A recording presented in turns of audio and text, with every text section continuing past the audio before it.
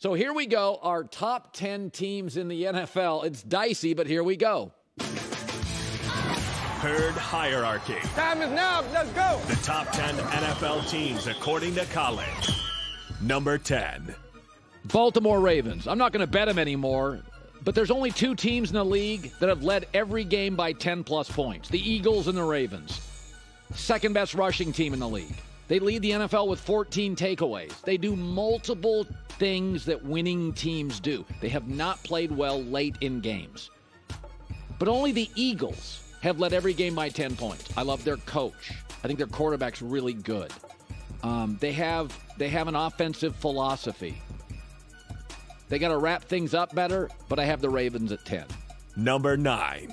The Niners, okay, no team has fewer 3-and-outs. They played like crap Sunday. But they've got 24 sacks. Only the Cowboys have more, and that's missing Bosa for most of the year. They have the number 3 total defense. Again, their traits are excellent. They're a mess physically, and they caught a buzzsaw in Kansas City.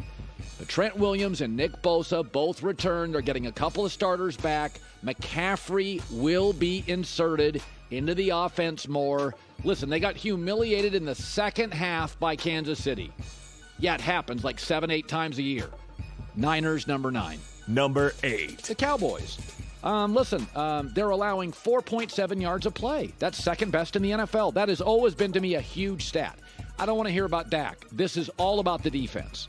They're 29th in total offense with Cooper Rush and Dak. They're 30th in third down offense. They're not much offensively. We don't love their coach. But you know what? In the end, you can win a lot of games in this league with a ferocious playmaking defense, and that's what the Cowboys have. Best sack differential in the league. A lot of turnovers. They get you off the field. Cowboys at number 8. Number 7. But I think the Giants would beat them head-to-head. They have become the best second-half football team in the league. The Giants are a great second-half football team. They're the second-best rushing team in the league. They're on a 4-game winning streak. And Brian Daboll, situationally, has done a remarkable job. They're not going to blow a lot of teams out. I mean, they're going to win close. That's what they are. That's what they have. Now they're missing one of their tackles. But I like what I see. I cannot wait to see them face the Seahawks this weekend in Seattle. I think that game is fascinating. Are they a couple of pretenders? Nope. I think the Giants will go on the road and win that game. I do. Giants, number 7. Number 6. I like the Miami Dolphins when Tua is healthy. Let me explain this. They're 4-0 this year when Tua is healthy. In the last 12 games with Tua, they're 10-2. 10-2. Only Buffalo and the Chiefs are better, right? Like that's what 10-2 means. They're number 3 in passing. You know who's ahead of them? Buffalo and Kansas City. They have a brilliant coach, great corners, a pass rush, a great left tackle, capable running backs, star receivers. When Tua starts, despite his limitations, they win and win and win. Now, will he stay upright? Cross your fingers. But if you start 12 times in the NFL and you win 10 of them, that's who you are. That's not luck or magic. Miami at 6.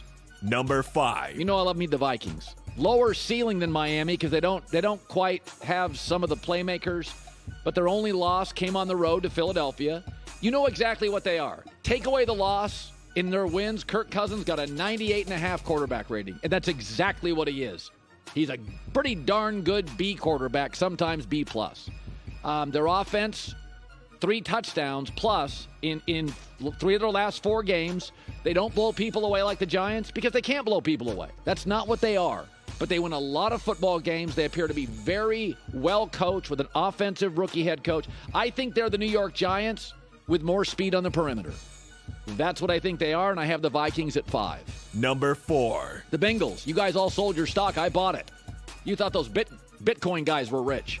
I bought all your stock. Listen, their 3 losses are by a combined 8 points.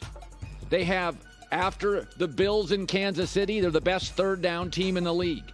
And listen to this. This defense is the most underrated in the league by a mile. They have not allowed a second-half touchdown all year. That's insane in this league.